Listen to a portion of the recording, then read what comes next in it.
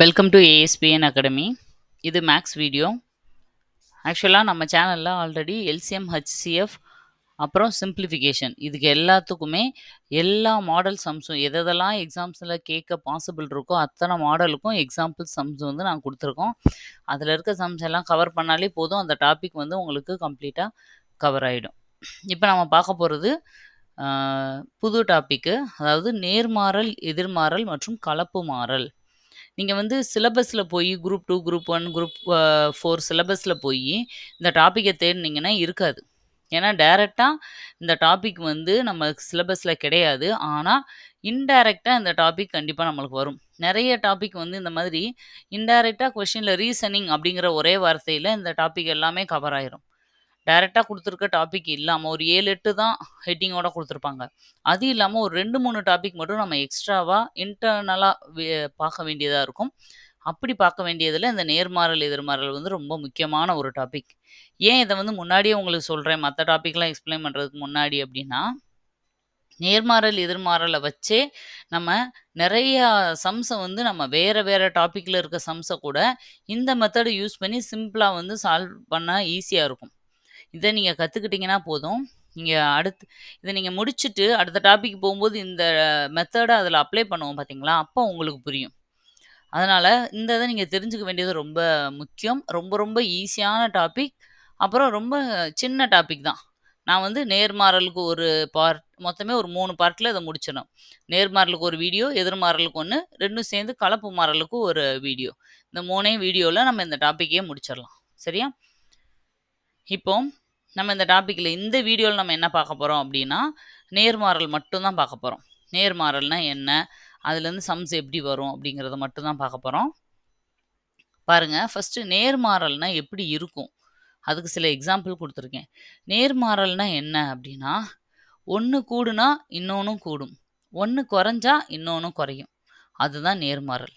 ரெண்டும் சேமாக கூடும் இல்லை சேமாக குறையும், அப்படி இருக்கிறதுக்கு பேர் தான் நேர்மாறல். அதை நல்லா தெரிஞ்சுக்கோங்க. இப்போ நான் சொல்லும்போது புரியாது உங்களுக்கு, அப்படி என்ன, எது கூடும் எது குறையும்ன்ற மாதிரி. அதுக்கு எக்ஸாம்பிளாக தான் சில இது கொடுத்துருக்கேன். அதாவது ஃபஸ்ட் எக்ஸாம்பிள் பாருங்கள், பேருந்து கடந்த தூரம் வெர்சஸ் எடுத்துக்கொண்ட நேரம். இப்போது ஒரு பேருந்து எவ்வளவு தூரம் கடக்குது, அது எடுத்துக்கிட்ட நேரம், இந்த ரெண்டையும் மட்டும் நம்ம கம்பேர் பண்ணுறோம்னு வச்சுக்கோங்க. இப்போ ஒரு பஸ் இருக்குது, எக்ஸாம்பிளுக்கு ஒரு பஸ் வந்து 5 கிலோமீட்டரை 1 மணி நேரத்தில் கடந்துருது. சரியா? அப்போ 10 கிலோமீட்டரை எவ்வளோ தூரத்தில் கடக்கும்? 2 மணி நேரம் ஆகும் இல்லையா? 10 கிலோமீட்டர் அரை மணி நேரத்தில் கடக்க முடியுமா? அந்த ஒரே ஸ்பீடில். ஓகேவா? அது ரொம்ப முக்கியம். ஒரே வேகத்தில் போகிற சீரான வேகத்தில் செல்லும் ஒரு பேருந்து, அப்படி தான் கொஷின்லேயும் கொடுப்பாங்க. 5 கிலோமீட்டரில் அது 1 மணி நேரத்தை கடக்குதுன்னா 10 கிலோமீட்டரில் எவ்வளோ தூரம் கடக்கும்? இது நம்ம ஏன்னா இதை நீங்கள் வந்து கான்செப்டை புரிஞ்சுக்கணும். அப்போ தான் கொஷின் கொடுத்த உடனே இது நேர்மாறலா எதிர்மாறலான்னு நீங்கள் அந்த கொஷினை வச்சு ஐடென்டிஃபை பண்ண முடியும். சரியா? இப்போ பாருங்கள், 5 கிலோமீட்டரில் 1 மணி நேரம் போகுதுன்னா 10 கிலோமீட்டருக்கு போகிறதுக்கு அதுக்கு கண்டிப்பாக 2 மணி நேரம் ஆகும். இப்போ என்ன, 5ங்கிறது 10ன்னு இன்க்ரீஸ் ஆகிருக்கு, இங்கே மணியும் 1 மணின்றது 2 மணியாக இன்க்ரீஸ் ஆகிருக்கு. அப்போது கிலோமீட்டர் கூடும்போது மணி கூடுது, அப்போ ரெண்டுமே கூடுது, அப்போ நேர்மாறல். இது உங்களுக்கு ஃபஸ்ட்டு ஸ்டார்டிங்கில் இப்போ தான் புதுசாக பண்ணுறீங்க, ஃப்ரெஷர்ஸ்னால் உங்களுக்கு கொஞ்சம் கன்ஃபியூஸ் ஆகும், எது கூடுது குறையுது, நேர்மாறல் எதிர்மாறல்ன்றதை கண்டுபிடிக்கிறது. ஆனால் கொஞ்சம் ஒரு 2-3 டைம்ஸ் நீங்கள் போட்டு பார்த்துட்டிங்கனாலே இது ஈஸி தான். ஓகேவா? அவ்வளோ கஷ்டம்லாம் இல்லை. நம்ம நார்மல் டெய்லி லைஃபோட கம்பேர் பண்ணி நம்ம இதை வந்து கண்டுபிடிச்சிடலாம் ஈஸியாக. ஓகே, அடுத்தது 2வது எக்ஸாம்பிள் பாருங்கள். குடும்பத்தில் நபர்களின் எண்ணிக்கை வெர்சஸ் செலவு. இப்போ ஒரு குடும்பத்தில் ஒரு 10 பேர் இருக்காங்க. 10 பேர் இருக்காங்க. அவங்களுக்கு மாதத்துக்கு ஒரு 10,000 ரூபா செலவாகுதுன்னு வச்சுக்கோங்க. அதே வீட்டுக்கு இன்னொரு 5 பேர் எக்ஸ்ட்ரா வந்துடுறாங்க. அப்போ இப்போ 15 பேர் ஆயிடுறாங்க. அப்போ என்ன ஆகும்? செலவு குறைஞ்சிருமா? 10 பேர் இருக்கிற இடத்துல 10,000 ரூபா செலவாகுதுன்னா 15 பேர் ஆகும்போது கண்டிப்பாக செலவு கூட தான் செய்யும். 15,000 ஆகலாம், 20,000 ஆகலாம், எவ்வளோ வேணாலும் ஆகலாம். ஆனால் கண்டிப்பாக கூடும், அது உறுதியாக நம்மளுக்கு தெரியும். அப்படித்தானே? அப்போது ஆட்கள் கூட கூட செலவும் கூடும். அப்போ இது ரெண்டுமே கூடுது. அப்போ இதுவும் நேர்மாறலுக்கு ஒரு எடுத்துக்காட்டு. அடுத்தது பொருளின் விலை வெர்சஸ் எண்ணிக்கை.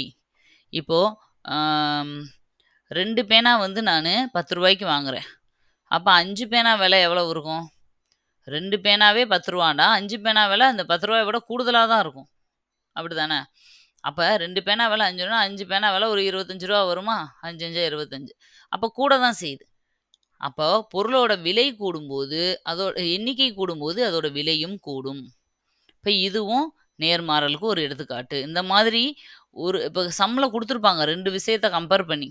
அந்த 2 விஷயமுமே ஒண்ணு கூடுனா இன்னொன்னு கூடுதா? இல்ல ஒண்ணு கூடுனா இன்னொன்னு குறையுதான்றத நம்ம கண்டுபிடிச்சிட்டோம்னாலே போதும். அடுத்தது 3வது எக்ஸாம்பிள் பாருங்க. 3வது தான் இப்ப பார்த்தோமா? பொருளின் எடை வெர்சஸ் அளவு. இப்ப பொருளோட எண்ணிக்கை பார்த்தோம் இல்லையா இதுக்கு முன்னாடி?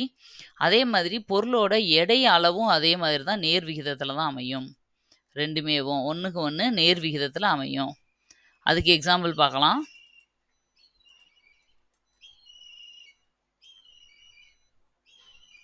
பாருங்க. இதெல்லாம் அழிச்சுக்கிறேன் நானு. அப்பதான் எழுதுறதுக்கு டைம் கிடைக்கும். இடம் கிடைக்கும். ஓகே. இப்போ பொருளோட எடை வெர்சஸ் அளவு. பொருளோட எடைன்னு சொல்றேன். இப்போ 5 கிலோ இருக்கிற ஒரு பொருள வந்து 5 கிலோ இருக்கு. 5 கிலோ இருக்கிற ஒரு பொருள் எவ்வளோ அளவு இருக்குன்னா, ஒரு பாக்ஸ் அளவு இருக்கு. ஓகேவா? அப்போ 10 கிலோ இருக்கிற பொருள நான் எத்தன பாக்ஸ்ல வைக்கணும்? அரை பாக்ஸ்ல வச்சிட முடியுமா? முடியாது.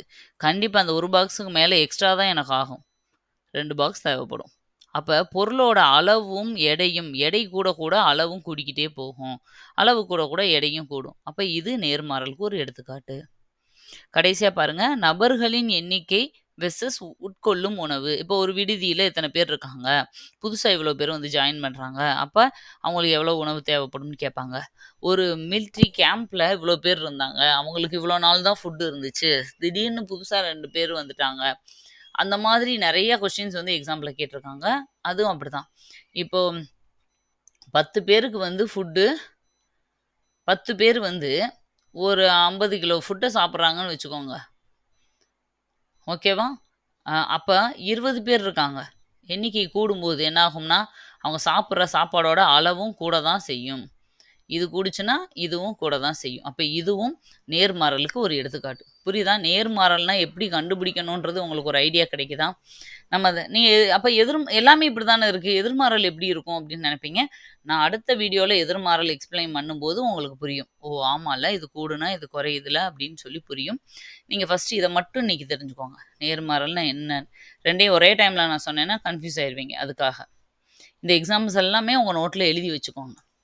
சரி. இப்ப நான் சொன்ன எக்ஸாம்பிள் படி நம்ம சம் போட ஆரம்பிக்கலாம். ஃபர்ஸ்ட்டு சம் பாருங்க. 1 டசன் வாழைப்பழங்களின் விலை ரூபாய் 20 எனில் 48 வாழைப்பழங்களின் விலை என்ன? சரியா? ஃபர்ஸ்ட்டு 1 டஜன்னா எவ்வளவு? 1 டஜன்னாலே 12 அப்படிங்கிறது நம்மளுக்கு தெரிஞ்சிருக்கணும். ஓகேவா? 12 வாழைப்பழத்தோட விலை வந்து 20. இது எப்படி எழுதணும்ன்றது ஃபர்ஸ்ட்டு தெரிஞ்சுக்கோங்க. எந்த 2 ஒரு இது வந்து 2 இது குடுத்துருப்பாங்க நம்மளுக்கு. டேட்டா. ஓகேவா? ஒரு விஷயத்துக்கு 2 டேட்டா குடுத்துருப்பாங்க. இன்னொரு விஷயத்துக்கு 1 டேட்டா இருக்கும். இன்னொன்னு கொஸ்டினா கேட்டிருப்பாங்க. இங்க பாருங்க, 1 டஜன் வாழைப்பழம் குடுத்துட்டாங்க. அதே மாதிரி 48 வாழைப்பழங்களோட விலை எவ்வளவுன்னு கேட்குறாங்க. அப்ப அந்த 2மே குடுத்துருக்கிறத தான் ஃபர்ஸ்ட்டு எழுதணும். 12 வாழைப்பழங்களோட விலை ரூ. 20 எனில் 48 வாழைப்பழங்களின் விலை எவ்வளவு? இதுதான் கொஸ்டின். இப்படிதான் நீங்க எழுதணும் ஃபர்ஸ்ட்டு குடுத்துருக்கத. ஓகேவா? 2 டேட்டா எது குடுத்துருக்காங்களோ அது இங்க வரணும். 1 டேட்டா குடுத்துருக்கிறது இங்க வரணும். கொஸ்டினா வர்றது கீழ வரணும். புரியுதா? நீங்க அடிக்கடி எழுதுனோனே உங்களுக்கு தெரிஞ்சிரும். இப்ப என்ன ஆகுது? வாழைப்பழங்களோட விலை. அப்ப வாழைப்பழங்களோட எண்ணிக்கை இங்க கூடியிருக்கா? கூடியிருக்கு. 12ஆ இருந்தது 48 ஆயிருக்கு. அப்ப விலையும் கூடும். எண்ணிக்கை கூடுனா விலை கூடும் நம்ம ஏற்கனவே பார்த்துருக்கோம். அப்ப நம்மள பார்த்தாலே தெரிஞ்சிரும். நான் வந்து ஒரு 12 வாழைப்பழத்த ரூ. 20க்கு வாங்கிட்டு வரேன். 48 வாழைப்பழம் வாங்குனேன்னா எனக்கு இன்னும் விலை கூட தானே செய்யும். அப்ப நம்மளே கெஸ் பண்ணிடலாம். அப்ப 2மே கூடும். இப்ப 2மே கூடுச்சுன்னா என்ன பண்ணணும்னா, குறுக்கு பெருக்கல் பண்ணணும். அத நல்லா வச்சுக்கோங்க. 2மே நேர்மாறலா இருந்தா குறுக்கு பெருக்கல், எதிர்மாறலா இருந்தா நேர் பெருக்கல். குறுக்கு பெருக்கல்னா என்ன? இது 2யும் பெருக்கணும். இது 2யும் பிரிக்கணும். இப்ப பாருங்க, இது 2யும் பெருக்குனா 48 இன்ட்டு 20 அந்த இங்கிட்டு பெருக்குறோம் இல்லையா? அந்த குறுக்கு பெருக்கல கீழ எழுதணும். 12 இன்ட்டு என்னன்னு கேட்டிருக்காங்க. அந்த என்னன்றது தான் வேல்யூ. அதனால அது நம்ம தேவையில்ல. கீழ ஒரு வேல்யூ தான் வரும். இப்ப நான் இத அடிச்சு போட்டா அவ்வளோதான் ஆன்ஸர். 1 12 12, 4 12 48. அப்ப 20யும் 4யும் பெருக்குனேன்னா எனக்கு 80ன்னு வருதா? இப்ப ரூ. 80. 48 வாழைப்பழங்களின் விலை ரூ. 80. இவ்வளோதான் சம்மு. ரொம்ப சிம்பிள் தான். நீங்க டக்கு டக்குன்னு 4 தடவ பிராக்டிஸ் பண்ணும்போது இது உங்களுக்கு சாதாரணமா கூட்டல், பெருக்கல், கழித்தல், வகுத்தல் மாரி வந்துரும். ஓகேவா? சரி. இதே மாதிரி இன்னும் நெறைய சம்ஸ் பண்ண போறோம். அதுல உங்களுக்கு நல்லா தெரியும். பாருங்க. 8 மீட்டர் நீளமுள்ள கம்பத்தின் நிழலின் நீளம் 6 மீட்டர். அதே நேரத்தில் 30 மீட்டர் நிழல் ஏற்படுத்தும் மற்றொரு கம்பத்தின் நீளம் எவ்வளவு? இங்க பாருங்க, கொஸ்டின் குடுக்கும்போதே அவங்க நம்மள விட அலர்ட்டா தான் இருப்பாங்க. நீங்க சொல்லுவீங்க, காலையில ஒரு நிழல் வந்து காலையில ஒரு லென்த் காமிக்கும், ஈவினிங் ஒரு லென்த் காமிக்கும், மதியத்தில நிழலே இருக்காது. அப்புறம் எப்படி நம்ம கரெக்ட்டா சொல்ல முடியும்? அப்படின்னு கொஸ்டின் கேட்டுருவோம் இல்லையா? அதுக்காக தான் அவங்க என்ன குடுத்துருக்காங்கன்னா, அதே நேரத்தில் பாருங்க, அதே நேரத்தில திரும்ப நான் வந்து இ அதே நேரத்தில பக்கத்தில இன்னொரு 30 மீட்டர் இருக்கிறதுல எவ்வளோ வரும்? அப்படிங்கிறது தான் கொஸ்டின். ஓகேவா? அப்போ 2 இங்க இருங்க. நிழலின் நீளம் 6, 30 மீட்டர் நிழல் ஏற்படுத்தும். 2 நீழல் குடுத்துருக்காங்க. நிழலோட வேல்யூ குடுத்துட்டாங்க. ஒரு கம்பம் தான் குடுத்துருக்காங்க. இன்னொரு கம்பத்தோட நீளம் கேட்டிருக்காங்க. அப்ப நிழல நான் இங்க எழுதிக்கிறேன். 6 மீட்டர் ஓகேவா? ஏற்படுத்தும் 6 மீட்டர் நிழல் வந்து எந்த கம்பம்? 8 மீட்டர் கம்பத்தோட நிழல். அப்ப 30 மீட்டர் நிழல் எந்த மீட்டர் கம்பத்தோடதுன்னு கேட்குறாங்க. இதுதான் கொஸ்டின். இத புரிஞ்சு எழுதிக்கிறணும். ஓகேவா? இப்போ இது நேர்மாறல்ன்னு கண்டுபிடிச்சிட்டோம். ஏன்னா, கம்பம் பெருசா இருந்தா, நிழலும் அதுக்கு எதாவுல பெருசா இருக்கும். இப்போ நானு ஒரே டைமத்துல நீங்களும் உங்க பசங்களும் நிக்கிறீங்க நிழல்ல. நம்மளோட நிழல் பெருசா இருக்கும். பசங்களோட நிழல் சின்னதா தானே இருக்கும். ஓகேவா? ஒரே டைம்ல, ஒரே டைரக்ஷன்ல, ஒரே பிளேஸ்ல பக்கத்துல, பக்கத்துல நிக்கும்போது, நமக்கு தெரியும். அப்ப ஆளோட உயரத்த பொறுத்து நிழல் வந்து கூடும், குறையும். இப்ப நேர்மாறல். இப்ப நேர்மாறல் கண்டுபிடிச்சிட்டோம். இப்ப என்ன பண்ணணும்? நேர்மாறல்னா, குறுக்கு பெருக்கல் பண்ணணும். குறுக்கு பெருக்கல்னா, 30 இன்ட்டு 8 டிவைடட் பை இந்த பக்கம் இருக்கிற 6 கீழ வரும். அவ்வளோதான். இத என்ன பண்ணணும்? அடிச்சு போடணும். 1 6 6, 5 6 30. 5 8யும் பெருக்குனா 40. அப்போ 40 மீட்டர் நீளமுள்ள கம்பத்துக்கு தான் 30 மீட்டர் நீளமுள்ள நிழல் வரும். புரியுதா? 40 மீட்டர் நீளமுள்ள கம்பம். இவ்வளோதான் இது. அடுத்தது நெக்ஸ்ட் சம் ஒண்ணு பார்க்கலாம். பாருங்க. 7 மீட்டர் அளவுள்ள துணியின் விலை ரூபாய் 294 எனில் 5 மீட்டர் அளவுள்ள துணியின் விலை என்ன? இப்போ நானு 7 மீட்டர் வாங்க போறேன் துணி. இது வந்து இந்த சம் எதுக்கு குடுத்துருக்கேன்னா, எல்லாமே கூடுனா மட்டும் தான் நேர்மாறலா அப்படின்னு நீங்க நெனைப்பீங்க இல்லையா? 2மே குறைஞ்சாலும் நேர்மாறல் தான் அப்படிங்கிறதுக்கு தான் இந்த சம் எக்ஸாம்பிள். பாருங்க நான் 7 மீட்டர் துணி வாங்குறேன். ஏதோ சம்திங் விலை. ஆனா 5 மீட்டர் எனக்கு இல்லங்க 7 மீட்டர் வேணாம். 5 மீட்டரே போதும்னு சொல்றேன். அப்ப எனக்கு விலை குறையுமா? கூடுமா? குறையும். அப்ப துணியோட அளவு குறைஞ்சா விலையும் குறையும். அப்ப 2ம் குறையுதுன்னா அதுவும் நேர்மாறல் தான். பாருங்க 7 மீட்டர் 2மே இந்த 2 டேட்டா எனக்கு வந்து துணியோட அளவு தான் குடுத்துருக்காங்க. அப்ப அத தான் எடுத்துக்கிறேன். 7 மீட்டர் வந்து ரூ. 294ன்னா 5 மீட்டர் எவ்வளவு? அவ்வளோதான் கொஸ்டின். இப்ப இதுல என்ன இருக்கு? துணியோட அளவு குறைஞ்சிருக்கு. விலையும் குறைய தான் செய்யும். அப்ப 2மே இந்த மாரி குறைஞ்சாலும் அது நேர்மாறல் தான் புரிஞ்சுக்கோங்க. அதுக்கு தான் இந்த சம் வந்து எக்ஸாம்பிள். சரி 2 நேர்மாறல் தான். குறுக்கு பெருக்கல் தான் பண்ணணும். அப்ப என்ன பண்ணணும்? 294 இன்ட்டு 5 5 இன்ட்டு 294ன்னு போட்டாலும் சரி, 294 இன்ட்டு 5ன்னு போட்டாலும் சரி, எல்லாம் கரெக்ட் தான். பை 7 இந்த பக்கம் இருக்கிற 7 போட்டுக்கிறேன். இப்போ அடிச்சா என்ன ஆகும்? கண்டிப்பா மேக்ஸிமம் 99% வந்து இந்த மாதிரி சம்மில் அடிக்கிற மாதிரி தான் வரும். உங்களுக்கு அடிக்க முடியாத மாதிரி அந்த சம் இருக்குது, ரொம்ப டிஜிட்டு புள்ளியில் வருது அப்படின்னா நீங்கள் இன்னொரு தடவை நல்லா செக் பண்ணுங்கள், அது நேர்மாறலா எதிர்மாறலான்னு. குறுக்கு பெருக்கல் இல்லாமல் நேர் பெருக்கல் போட்டால் அப்போ அடிக்கிற மாதிரி இருந்துச்சுன்னா அப்போ நம்ம ஏதோ தப்பு பண்ணியிருக்கோன்றதை செக் பண்ணிக்கோங்க. சரியா? மோஸ்ட்லி அடிக்கிற மாதிரி தான் இருக்கும். ஓகே, ஓரேல் 7 7 28, அடுத்தது 2 4 14. இப்போ 7 42 தடவை போட்டால் 294 எனக்கு கிடைக்கும். இப்போ இந்த 42ஐயும் 5ஐயும் மல்டிப்ளை பண்ணால் 210 ரூபாய். அப்போ 5 மீட்டர் அளவுள்ள துணியோட விலை 210 ரூபா தான். 7 மீட்டர்னா தான் 294 ரூபா. ஓகேவா? அப்போ குறைவாக தான் வந்திருக்குன்றது தெரியுதா? ஓகே, இது வந்து ஒரு மாடல். அடுத்தது பாருங்க, இன்னொரு சம்மு. அன்பு 2 நோட்டு புத்தகங்களை ரூபாய் 24க்கு வாங்கினார். அவர் அதே அளவுள்ள 9 நோட்டு புத்தகங்களை வாங்க எவ்வளவு பணம் வேண்டும்? இதுவும் ஈஸி தானே. இப்போ எந்த 2 இதுக்கு டேட்டா கொடுங்க, ரெண்டுமே நோட்டுக்கு கொடுத்துருக்காங்க. அப்போ 2 நோட்டு புக்கு வாங்க 24 ரூபா அப்படின்னா 9 நோட்டு புக்கு வாங்க எவ்வளவு ஆகும்? இவ்வளோதான் கொஷின். இங்கே என்ன அளவு கூடி இருக்கு, 2லேருந்து 9 ஆயிருக்கா? கூடி இருக்கு. 2 புக்கே 24 ரூபான்னா 9 புக்கு கண்டிப்பாக கூட தான் செய்யும். அப்போ ரெண்டுமே இப்படி கூடுதுன்னா நேர்மாறல். நான் குறுக்கு பெருக்கல் பண்ணணும். அப்போ 9 × 24 டிவைடட் பை 2. 2வால் அடித்தேன்னா எனக்கு 12ன்னு கிடைக்கும். இப்போ 9 12 108 ரூபாய். இவ்வளோதான், ரொம்ப சிம்பிள். சரியா? மற்ற இதுக்கு முன்னாடி பண்ண சிம்பிளிஃபிகேஷன், எல்சிஎம் ஹெச்சிஎஃப் சம் அளவுக்கெல்லாம் இது வந்து ரொம்ப காம்ப்ளிகேட்டடாக இருக்காது, டக்குன்னு போட்டுற மாதிரி இருக்கும். இப்போ இதிலே கொஞ்சம் ட்ரிக்கியாக சின்ன சின்ன சேஞ்சஸ் பண்ணி கேட்கலான்னா எப்படி கேட்கலாம் பாருங்கள். இது ஒரு டைப்பு. 15 அட்டைகளின் மொத்த எடை 50 கிராம் எனில் அதே அளவுடைய 2.5 கிலோகிராம், அது கீன்னு போட்டிருக்குது, கிலோகிராம் எடையில் எத்தனை அட்டைகள் இருக்கும்? பாருங்க, அவங்க ஒரு எடையை வந்து கிராம் கணக்கில் கொடுத்துருக்காங்க, திரும்ப கேட்குறது வந்து கிலோகிராமில் கொடுத்து இதுக்கு கேட்குறாங்க.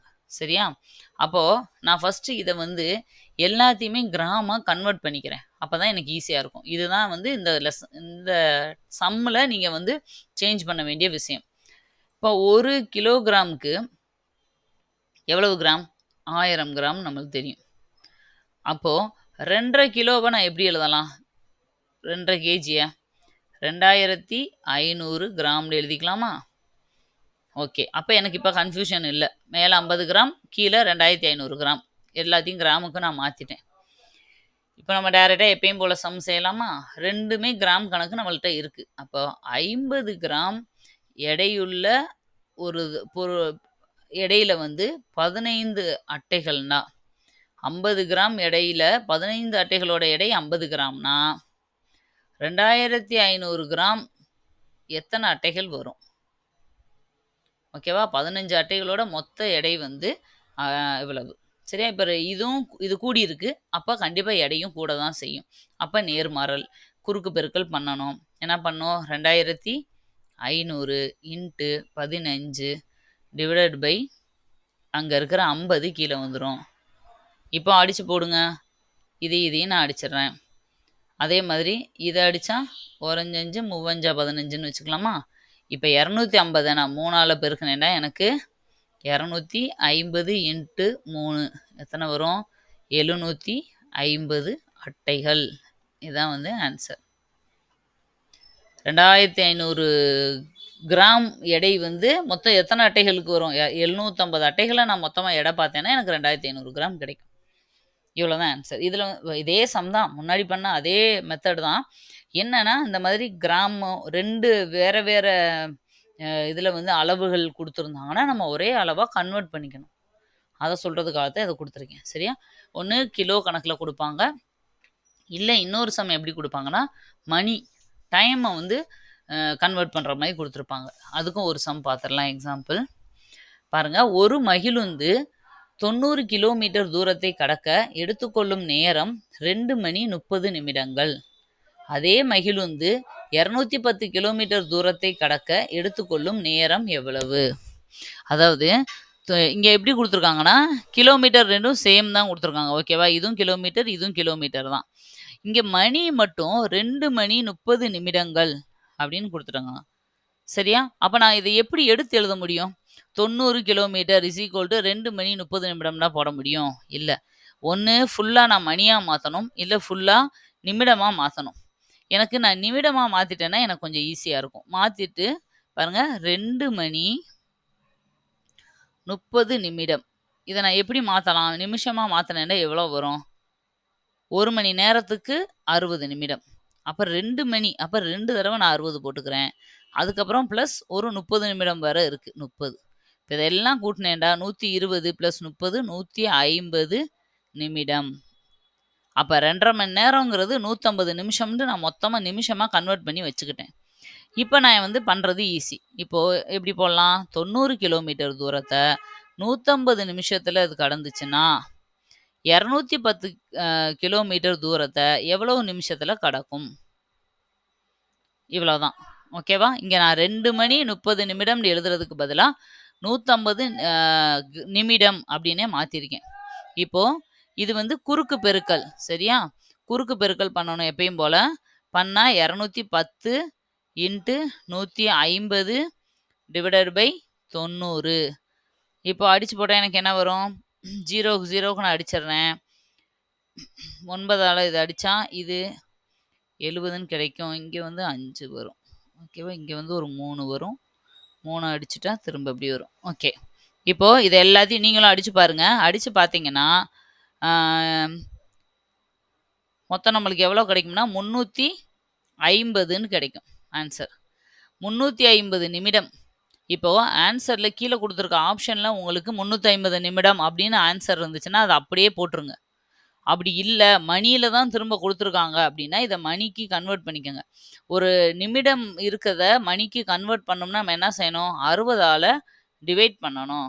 இப்ப டிவைட் பண்ணேன்னா, எனக்கு 0, 0 அடி ஆயிரும். இங்க என்ன ஆகும்? அம் 5 30ன்னு வரும். ஓகேவா? அப்படிதானே? 5 30ன்னா 300 30 போயிருது. அப்ப 5 மணி மிச்சம் எவ்வளவு இருக்கு? 5 இருக்கும். 50 நிமிடங்கள் அப்படின்னு எடுத்துக்கணும். நீங்க 5 1/2 மணி நேரம்னு போட்டுறக்கூடாது. 5 மணி 50 நிமிடங்கள்ன்றது தான் இதில கரெக்டானது. ஏன்னா, 5 30 30ல இப்ப இல்ல 0வோட சேர்த்து கூட பாருங்க. 30 300ல 5 மணி நேரம் போயிரும். மிச்சம் 50 நிமிஷம் இருக்கும். மிச்சம் 5 மணி 50 நிமிடங்கள். நீங்க ஆப்ஷன்ல என்ன கேட்டிருக்காங்களோ, அதுபடி நீங்க ஆன்ஸர அதுவரைக்கும் போடணும். ஓகேவா? இவ்வளோதான்ப்பா. இதான் நேர்மாறலுக்குரிய கொஞ்சம் மாடலும், சம்ஸும். ரொம்ப ஈஸி தான். நீங்க இத திரும்ப போட்டு பார்த்துட்டே இருக்கும்போது, உங்களுக்கு ரொம்ப ஈஸியா புரியும். நம்ம அடுத்தடுத்த இதில எதிர்மாறலுக்கு ஒரு வீடியோவும், கலப்பு மாறலுக்கு ஒரு வீடியோவும் பார்க்கலாம். கலப்பு மாறல்ல சம் எப்பயுமே வந்துட்டே இருக்கு. சரியா? இதெல்லாம் நீங்க புரிஞ்சுக்கிட்டீங்கன்னா, அடுத்து வர நெறைய மெத்தட்ல இத அப்ளை பண்றதுக்கு உங்களுக்கு ஈஸியா இருக்கும். ஓகேப்பா. அடுத்த வீடியோல மீட் பண்ணுவோம். Thank you.